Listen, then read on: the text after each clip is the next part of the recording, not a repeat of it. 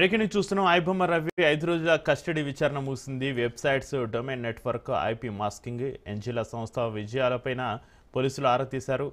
ఇక 20 కోట్ల లావాదేవీలపై బ్యాంక్ అధికారుల సహకారంతో ట్రాన్సాక్షన్స్ వివరాలు తెప్పించుకుని రవిని ప్రశ్నించారు పోలీసులు. రవి స్నేహితుడు నిఖిల్కు భారీగా డబ్బులు బదిలీ అయినట్లుగా గుర్తించారు.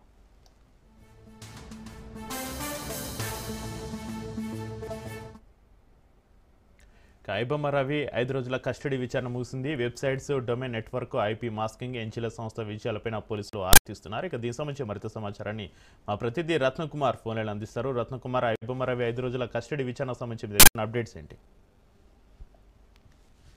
సినిమాల పైరసీ వెబ్సైట్ ఐబొమ్మ నిర్వాహకుడు ఇమ్మడి రవి 5 రోజుల కస్టడీ విచారణ ముగిసింది. కొద్దిసేపటి క్రితమే ఇమ్మడి రవిని సైబర్ క్రైమ్ పోలీసులు తిరిగి కోర్టులో హాజరుపరిచిన తర్వాత చెంచల్గూడ జైలుకు తరలించారు. ఇక ఇమ్మడి రవికి సంబంధించి రేపు ఆయన యొక్క బెయిల్ పిటిషన్ అనేది విచారణకు రాబోతున్నట్లు తెలుస్తుంది.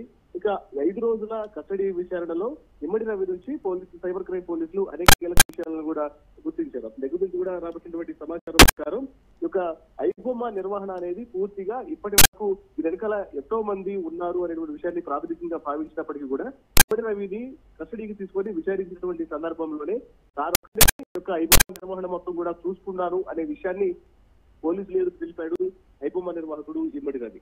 దాదాపు 5 ఏళ్లలో, ఎందుకంటే 2019 నుంచి 2025 వరకు, అంటే మొన్న పట్టుబడేంత వరకు కూడా దాదాపు 6 సంవత్సరాల పాటు ఈ యొక్క ఐబొమ్మ పైరసీ మూవీ కార్యకలాపాలు అనేవి కొనసాగించిన అతను ఆ పోలీసులు ప్రాథమికంగా గుర్తించినటువంటి సందర్భంలో మాత్రమే అతను సంపాదించాడు అనేది ఇనిషియల్ గా అతని అకౌంట్స్ ను చెక్ చేసినప్పుడు అప్పటి వరకు ఉన్నటువంటి అకౌంట్స్ ద్వారా కనుగొన్నటువంటి మనీగా ఉంది. అయితే కస్టడీకి తీసుకొని 5 రోజుల పాటు విచారించిన తర్వాత దాదాపు 100 కోట్ల రూపాయల వరకు ఐబొమ్మ రవి యొక్క 6 ఏళ్ల కాలంలో సంపాదించాడు అనేది కస్టడీ విచారణలో బయటపడింది.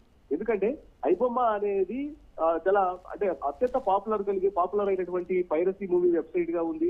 ఎంతో మంది దాదాపు 50 లక్షల మంది సబ్స్క్రైబర్స్ ఉన్నారు.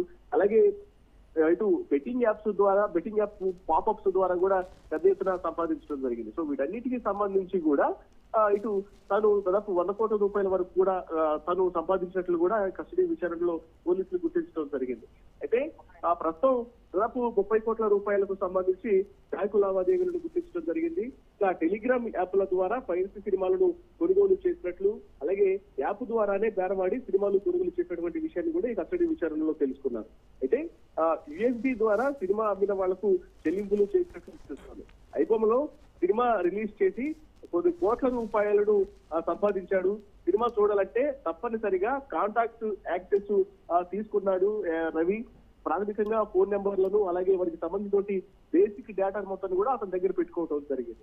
సో ఇలా ఈ సందర్భంలోనే ఇలా డేటా మొత్తం దాదాపు 5 కోట్ల వరకు ప్రజలకు సంబంధించినటువంటి డేటా తన దగ్గర ఉంది అనేది గతంలో విసిరినటువంటి సవాళ్ళ ప్రకారం ఇప్పుడు ఆ కాంటాక్ట్లను మొత్తాన్ని కూడా యాక్సెస్ తీసుకొని ఈ రకంగా పోలీసులను గతంలో బెదిరించినటువంటి విషయాన్ని కూడా మనం చూడటం జరిగింది.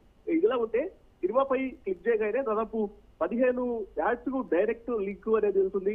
మరోవైపు మ్యాట్రిమోనీ సైట్లకు, అలాగే బెట్టింగ్, గేమింగ్ యాప్ తో పాటు పలు యాడ్స్ కూడా ఇది లింక్ అయ్యేలా కూడా ఆ సర్వర్లను అట్లా సెట్ చేసి పెట్టడం జరిగింది. దీని ద్వారా ఇది కోట్ల రూపాయలను కూడా అక్రమ పద్ధతుల్లో సంపాదించడం జరిగింది. ఇక ఏపీకే ఫైల్స్ లింక్ పంపి బెట్టింగ్ యాప్స్ కు ప్రమోషన్ చేశాడు. 50 లక్షలకు పైసలకు వ్యూవర్షిప్ చూపెట్టి పెద్ద ఎత్తున ఈ బెట్టింగ్ యాప్స్, గేమింగ్ యాప్స్ నిర్వాహకుల దగ్గర నుంచి కూడా ఆదాయాన్ని పొందాడు అనేది పోలీసుల యొక్క 5 రోజుల పాటు జరిగినటువంటి కస్టడీ విచారణలో కనుగొనడం జరిగింది. ఇక మరోవైపు ఇతర దేశాల నుంచి ఐపీ అడ్రస్లను చేంజ్ చేస్తూ ఇక్కడ ఆమ్స్టర్డామ్ నుంచి, అలాగే కరేబియన్ దీవుల నుంచి, ఆస్ట్రేలియా, ఇతర ప్రాంతం నుంచి ఆపరేషన్స్ అనేవి చేస్తూ మొత్తం తానే ఒక్కడినే వ్యవహారం అంతా కూడా నడిపినట్లు పోలీసులు ఎదుట ఒప్పుకోవడం జరిగింది. డబ్బు ఎప్పుడైతే భార్యతో విభేదాలు అనేవి తలెత్తిన తర్వాత పోలీసులు మనకు గతంలోనే తెలియజేయడం జరిగింది.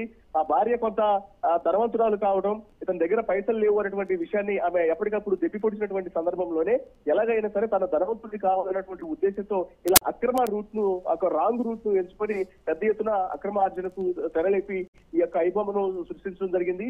ఇన్ఫోటెక్ పేరుతో ఆ డొమైన్స్ ను కొనుగోలు చేసి ఆ తర్వాత ఈ ఐబొమ్మ కార్యకలాపాలన్నింటినీ కూడా అక్కడి నుంచి ప్రారంభించడం అనేది కూడా పోలీసుల యొక్క 5 రోజుల కస్టడీ విచారణలో కనుగొన్నారు. ఇక 5 రోజుల పాటు కస్టడీ విచారణ ముగిసిన తర్వాత నాంపల్లి కోర్టులో హాజరుపరిచి తిరిగి పెంచలగూడ జైలుకు తరలించడం జరిగింది.